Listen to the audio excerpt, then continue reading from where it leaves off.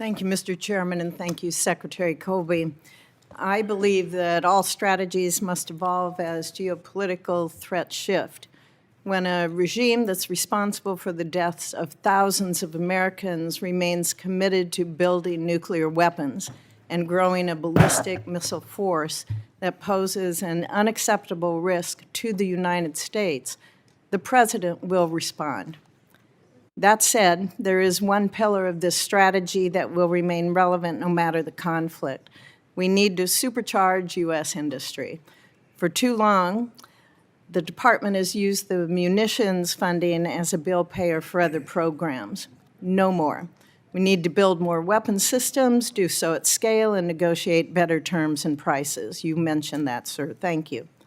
So how is the Department reviewing the total munitions requirement to address the long-term strategy for production? Well, thank you, Senator, and I think that's, you've really keyed in on it, and I think the President's truth last night really also shone the light on this. And I would say, obviously, Deputy Secretary Feinberg is, I would say, heroically leading the effort on this front, under Secretary Duffy. I know there's a lot of people involved, the services. I know you are all involved.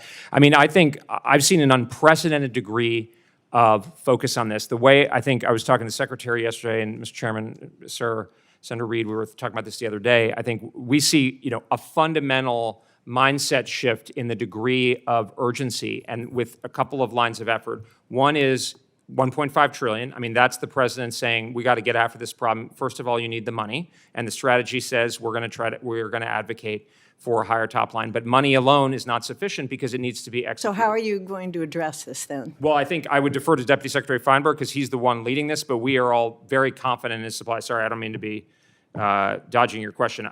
That's something, I know my lane, and that's, he's the real lead on that. But we have a lot of critical weapons programs that overlap the supply chain. So how is the Department going to be able to identify the key bottlenecks that are out there and address those? Again, I defer. Address that, or should we talk to the Deputy Secretary? I would talk to the Deputy. I would just say Okay. I think there's not specific kind of boutique solutions to this. This is why both the NSS and the NDS call for a national mobilization, which is a pretty big deal. This is a huge. Well, it's a huge concern. It's a huge concern, and we need to it's not that you were saying this, ma'am, but it's not a Band-Aid. This is like surgery. Okay. Defending the homeland should always be the first priority of any NDS. And this includes a commitment to modernizing and diversifying our nuclear forces, which are foundational to our national security. Since the United States now faces, for the first time in history, two near-peer nuclear powers in Russia and China, I encourage any changes in force structure to result in greater nuclear deterrent capability, not less.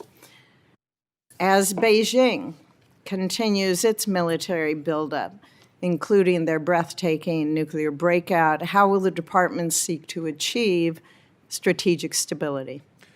Well, thank you, ma'am. I will say, actually, this is something I was emailing Admiral Correll about this morning, and the nuclear strategy is something that obviously has my personal attention, but at the top leadership of the Department, we fully agree that the two-peer environment, or soon to be potential peer of the People's Republic on the nuclear side, requires a fundamental rethink.